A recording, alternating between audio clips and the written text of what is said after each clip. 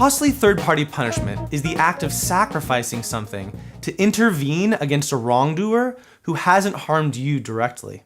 This behavior is interesting because it can help people promote good behavior in communities, even in the absence of an authority figure. To understand this behavior, my co-authors Marjorie, Rhodes, and Bavel and I decided to study it in very young children. This kind of approach can be useful if you want to understand a behavior in its purest form. We recruited over 200 children between the ages of 3 and 6 from the Children's Museum of Manhattan. Children were brought into a classroom and were given the chance to go down a very fun slide in the corner.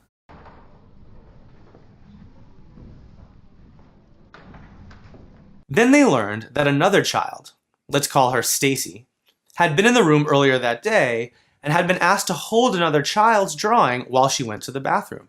And we showed them a video of what happened next. Kids did not approve of this behavior.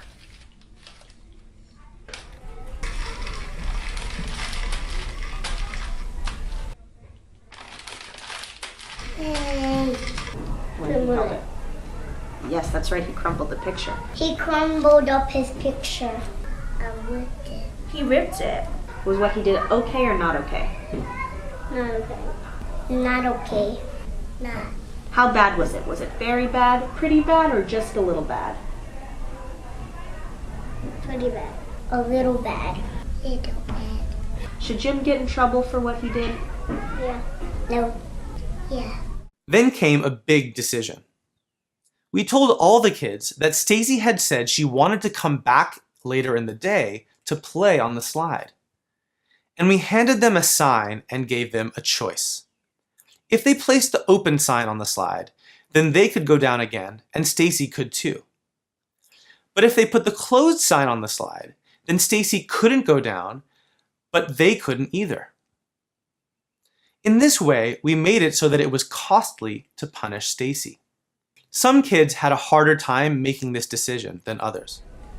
It's okay, you can just do whatever you think is whatever you want. Overall, we found that about half of kids performed costly punishment. We also found that punishment increased with age.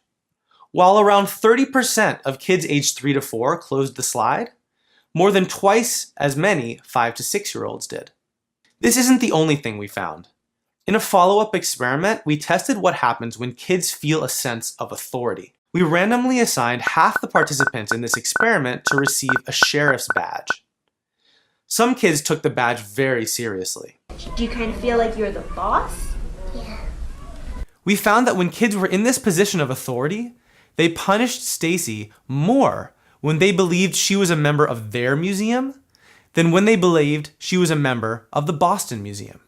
This in-group policing effect suggests that children are more committed to ensuring that members of their own groups behave well when they feel a sense of authority. Overall, these experiments give us a really fascinating glimpse into the roots of moral behavior. Young kids tend not to care about how their actions appear to others, so they're not punishing to make themselves look good. Instead, they're punishing because they think it's the right thing to do.